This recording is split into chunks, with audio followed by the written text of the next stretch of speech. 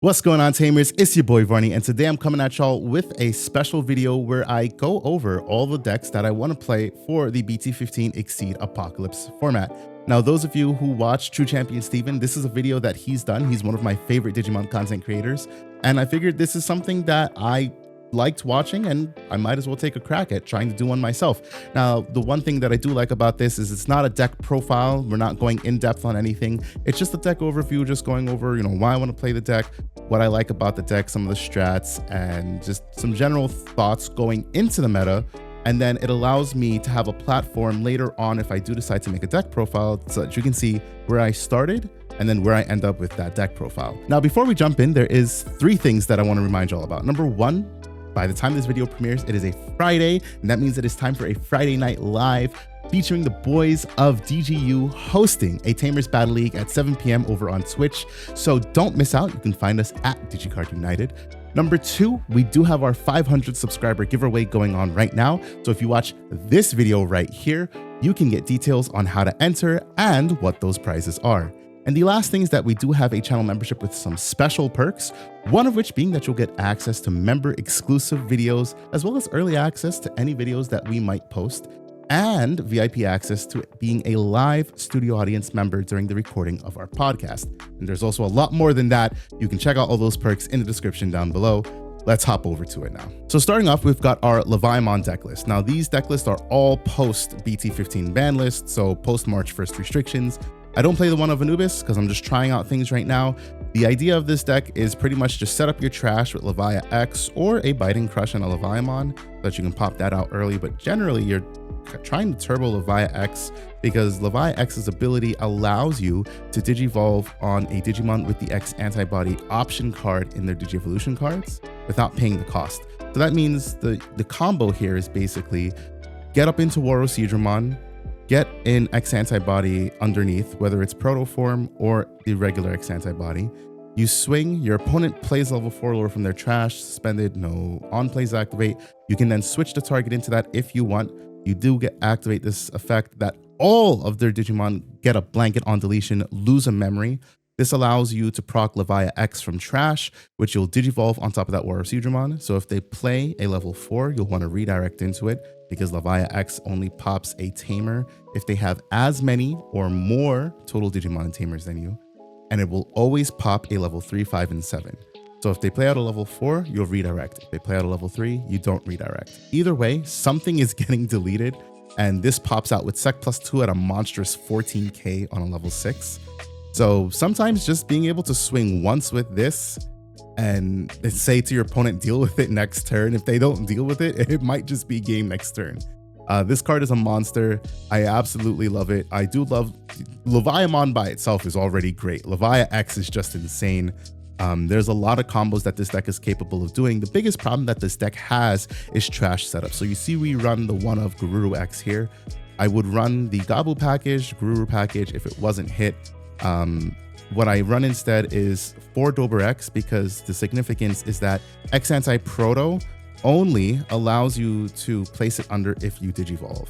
So being able to go into what is essentially Gururu X for 1 because you Digivolve into it for 2 and then you gain a memory because there's an X anti in source, or Digivolving into Dober X for 1 means that you're going to be able to facilitate some cheap plays, but also get that X anti under for the Warocedra and Dragomon plays, but also get some draw discard going. So basically your draw discard is dependent upon your Gabu here, your Gururu X, and your Dobermon X.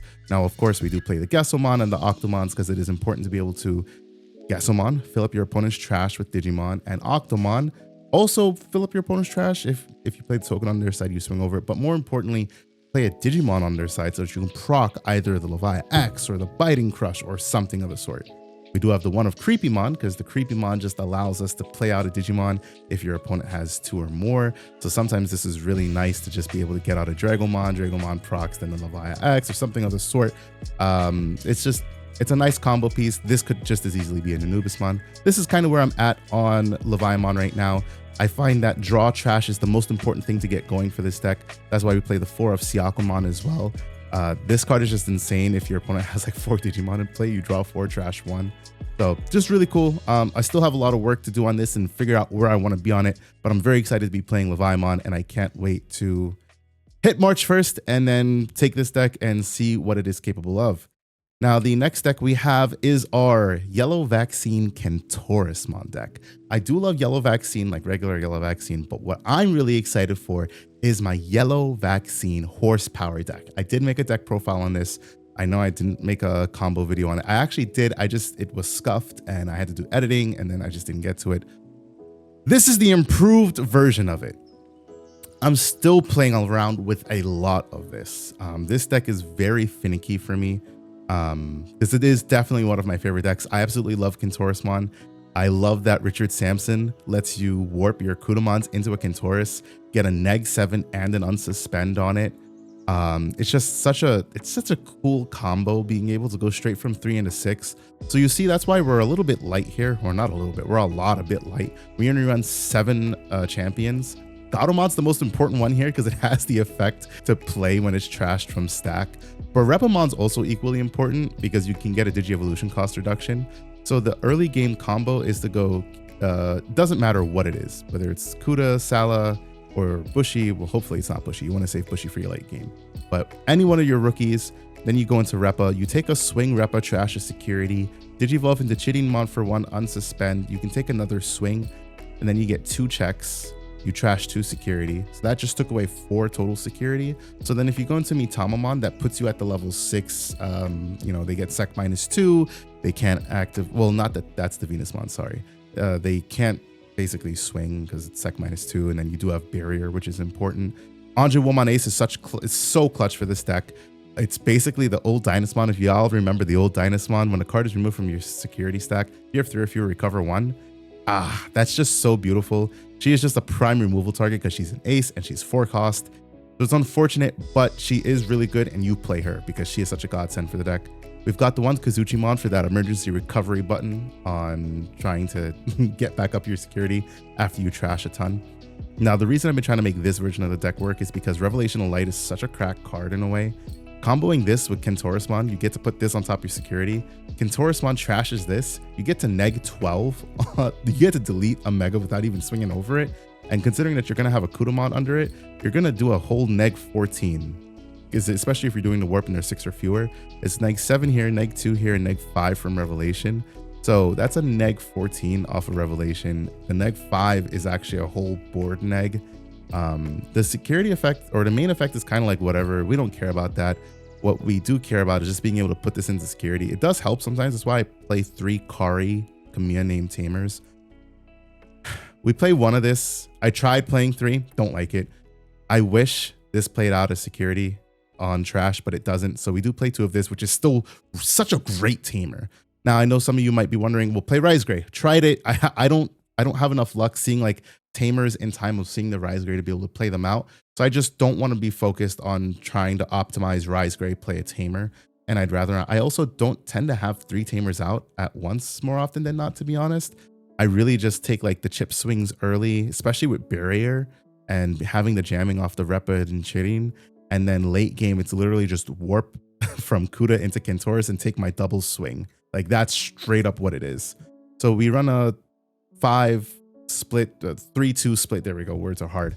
We run a 3-2 split of Revelation and Odin's. Both are very good, but I prefer the blanket 5k over the -3k on 1 and the blanket sec -1. Not that it's not good, that's why we still run 2.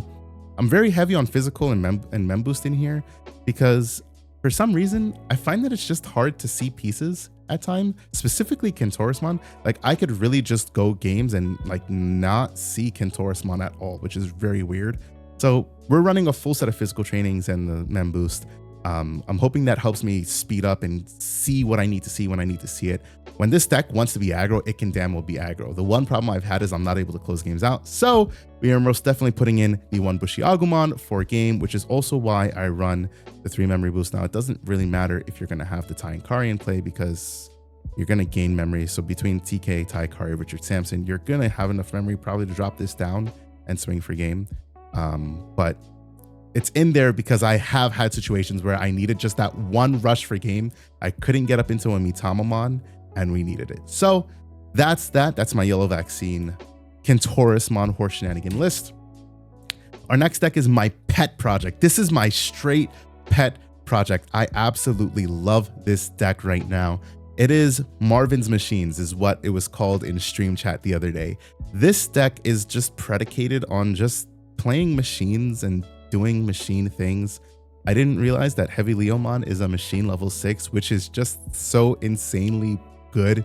It means that you get the effects off of Marvin because Marvin gives jamming and blocker to your machine cyborg SOC. And I'll be honest, I don't want my Heavy Leomon to die. Like I want to give him blocker and then make it so that my opponent has to be like, oof, like, do I want to swing? Like if they can swing over it or if they got to delete it or something.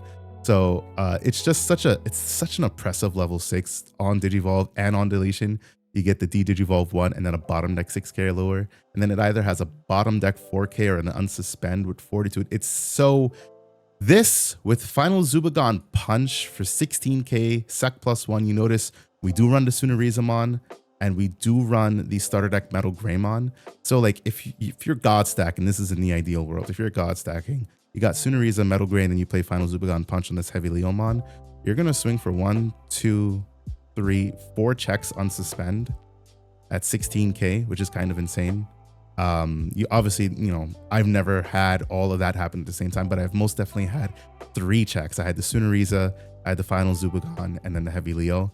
Unfortunately, I hit out option insecurity. It is what it is, but I love that combo. I've always loved Blastmon and 13k megas, so being able to play one in this deck is just really cool. Making use of the new support, so we got the Hugurumon for the search, Hover Esmiamon. Trying this out, I'm not sure how I feel about it just yet. We've got the expensive ass promo Raremon, because it is important to draw cards in the deck, and the inheritable is also super clutch because it's treated as a cyborg. So between that and Hover Esmiamon, we're seeing how that works out. Airdramon is just at the 4 of, honestly, just to play out the Marvin Jacksons for free, but getting a D-Digivolve on opponent's Digimon is nice. Having Reboot as an inheritable over the Diago with Sunariza is also very nice, because that means if you Digivolve this, tuck the Marvin Jackson, you can take a jamming swing, then you can Digivolve into any one of your 10 level 5s that we run. Are very heavy on it, because I do like this kind of being like a...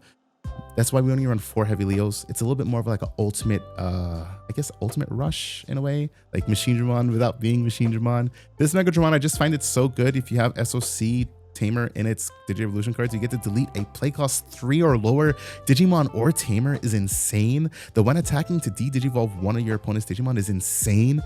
The on play and when Digivolving to basically search, you get to add 1, tuck 1, trash the rest is really good. We play the 2 Supreme Connection, so obviously we can play this for 4, play our Metal Gray for 5. We play 6 Tamers, so we got to play the Metal Tyrannomon. It's just good. It's a good card. We play this Mega Dramon because we want to make sure we're popping Tamers, delete an opponent's Digimon or Tamer with play cost 3 less, both as and when Digivolving, and I want attacking Inherited. We got the 1 of Ultimate Slicer to be able to do the same exact thing. Like this is a very, I don't know where I'm exactly heading with the deck. Originally, this was like a Secon brew deck and it morphed into, you know, Marvin's Machines, kind of like, I guess, a sort of aggro kind of control, like by deleting Tamers, deleting utility type stuff deck. I don't know. Like I said, we're going to see where this deck goes. But this is another deck we run 4 defense, 2 black members because we want to see what we want to see when we want to see it. So definitely in love with this deck. Y'all will definitely get a deck profile on this at some point. I can guarantee that much. Next deck is another deck I am super excited to play. This is DigiPolice. I just love the idea of like army, military, police themed decks in card games in general. So this one is where I'm at currently. I haven't been able to playtest this. I'm waiting on my SR Commandramons to come in because I don't want to take them out of my Commandramon deck. So we're waiting on these to come in before we test this one, but this is kind of where I feel I'm at. You'll notice one glaring thing here. We are running not this Koromon, but it is a BT-15 Giromon. There we go. BT-13 Giromon, it doesn't synergize with the deck at all, except for opponent's turn. When one of your Digimon becomes suspended, you trash a top card of your opponent's security stack, i.e. when you block, you trash a card. I don't like Cargo Dramon in this because Cargo Dramon, it's not the worst, but it's also not the best in a way. On play when Digivolving is great. because it plays out almost like your entire bottom end. You get to play out a DigiPolice or D-Brigade, play cost 4 or less. That's your entire, that's your entire bottom end here. The problem is, the inherited is when one of your other Digimon is deleted, it's a mandatory reveal top 3. You may play a Commandramon. You'll notice we're only playing 1, 2, 3 sets of Commandramons. That's 12 Commandramons for this to play. It's not a bad number, but you're most definitely going to whiff. Hands down, you're going to whiff. So I don't want to run too many of these. I figured I'd try out the Jiromon, see how it works, because Oryumon has blocker on main body, and of course Brigademon gives blocker to itself. And then we want to run the 4 of Hisaryumon because Hisaryumon is just freaking insane. Quartzmon is our top end, DCD Bomb is obnoxious, and yeah, that's kind of where we're at so far. When we get our cards in, we're going to playtest this deck, see where it's at. Oryumon is just, again, it's why I like the Marvin's Machine deck a little bit, because this does have Tamer removal, air quote. If you have a DigiPolice trait Tamer, you get to bottom deck an opponent's suspended Digimon or Tamer, which is just really freaking cool. Blocker on the main body. Shu Yulin gives Alliance, so you get to swing with Alliance is really cool. She procs the Hisaryu. One thing I might consider putting in is a Takumi Aiba, so that you can proc your Hisaryumon, which is something I notice a lot of people can have troubles doing, because specifically this is when an effect suspends another Digimon or Tamer. So if you don't have another Digimon in play, you can't proc its effect. If you don't have, honestly, if you don't have the, if you don't have another, sorry, I'm off my words there. If you don't have another Digimon in play, you can't proc its effect. You'll have to wait till you can block on the next turn, but that's if your opponent doesn't deal with it. So ideally you want to proc that effect on your own, and being able to do that with the Takumi Aiba is really clutch. So I might run that. I just don't know what I'll cut yet. So I want to get this in and see where this is at. The very last deck that we are on is my meta deck for the format outside of Leviamon. It is my Loogamon deck. I guess DigiPolice is meta, but like when we're talking about what would I play in tournament? Hands down, no doubt, Loogamon. I would play this, and I would play Leviamon. Right now, I'm on a Loogamon kick. I love Loogamon, so I would most definitely play this deck. So some big glaring things I know you guys are already looking at. Yeah, we're only playing 3 Hellugar. Yeah, we're only playing 2 Analog Youth. Yeah, it's just 1 Chimeramon. Yeah, like there's a lot of funky stuff in here. We've got an X program. I've playtested this deck quite a bit, and I like where it's at. Like, this isn't anything that I've come to where I'm like, oh, I don't necessarily like this. Like, no, I've playtested the hell out of this, and I'm loving it so far. The only change right now at this very moment that I could make is doing this and doing this, because this card is just so good. It's a when digivolving and a when attacking to trash a card, gain 2k DP for the turn, and if you have a SOC trait Tamer, Eiji, in source you draw 1. So this just combos with the Loogamon and the Hellugaramon so nicely that you could swing, end up at 11k or 13k with the opponent set to 3 memory. It lives because it's 11 to 13k, and then at the end of the attack, both inheritables trigger to gain 1. So you set your opponent to 1, deleting whatever they have on field, setting yourself up. But if you had Analog Youth, you get to tap it and gain a memory. I won't go on a big gripe about Analog Youth. I'll just say that I don't like Analog Youth because for me, it makes me feel like it's a crutch. It makes me feel like I need to see this card to kick off my combos. And I hated that in the BT-14 version of the deck, and I don't feel like it's necessary to be able to do that for the BT-15 version. I'm not saying it's not a good card. You can most definitely still play it at 4, and maybe you probably should. I have had success playing this version. That's just me. Y'all can do what you want. This is where I'm at. You got to play the block auto Uber though. You got to get rid of those Leviamons and those Levi X's because they will ruin your life. You still got to play your Fangmon. This card is still uber important. I thought it wasn't. No, this card is still super important. I do love my Tyrannomons. It's your searcher for Eiji. That's the most important thing. But I like it at 3 because it's a blocker. It's a 4-drop, so it's a little bit more than a rookie. But when you consider that some rookies do cost 4 to drop, it's a level 4 that you can just Digivolve Hellugar onto, or Soul if you're like that stuck. It's still SOC trait, so you can Mind Link Eiji to it. This has a lot of utility. And for being a hard drop, it has more utility than even Fangmon to an extent, because Fangmon requires you to set up your trash. This will get you your consistency pieces. I love this card at 3. We only run the 8 rookies because we're a madman, but to be honest, I've never had a situation where I'm like, damn, I wish I had more than 8. I'm never at a situation where I'm like, damn, like, I wish. No, because Loogamon takes it back. I'm good with just the 8 rookies and then hard dropping Tyrannomon or Wisdom or Mist. And you want Mist. I don't want purple because I don't want to bottom deck my Eiji. Eiji's too important to me. You know, that's my boy. I gotta see him ASAP. And then we'll talk about spicy tech real quick before we end the video. X program. I love this card. Almost your entire deck is X antibody. If you can't delete the board for whatever reason in the early game, or Loogamon isn't the answer, X program, baby. You could raise your little Loogamon and say, okay, cool, we got 3 Digimon on board. Play X program. Board wipe. Oh, but my Loogamon stays alive. Like, that's just, it's such an insane card. I love it. I'm not pulling it out. We play the one of rivals because we don't want to be color locked out of playing X program all the time. So we want 1 on color removal, 1 off color. We do play the 1 Digimon Emperor because I do want a 3rd white source. Well, I guess 4th if you count out Chimera, but a 3rd white source because I don't want to play, like I said, I don't want to play all the analog youths. But Emperor is good. It shuts down. It doesn't shut down. It negs some of the memory gain off Loogamon. It does help against those start of main phase rookies. And it does provide a little bit of a draw engine. So it's just a really nice card to have.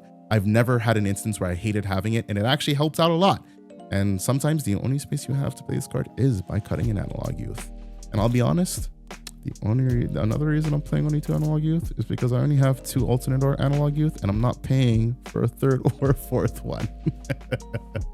Anyways, that's it. Thank you for watching this video. If you liked it, please drop a like and a comment. Let me know what you think of my 5 decks, and let me know what you guys are looking forward to playing BT-15, and subscribe so that you know when future videos come out. Anyways, until I talk to you guys next time, peace out.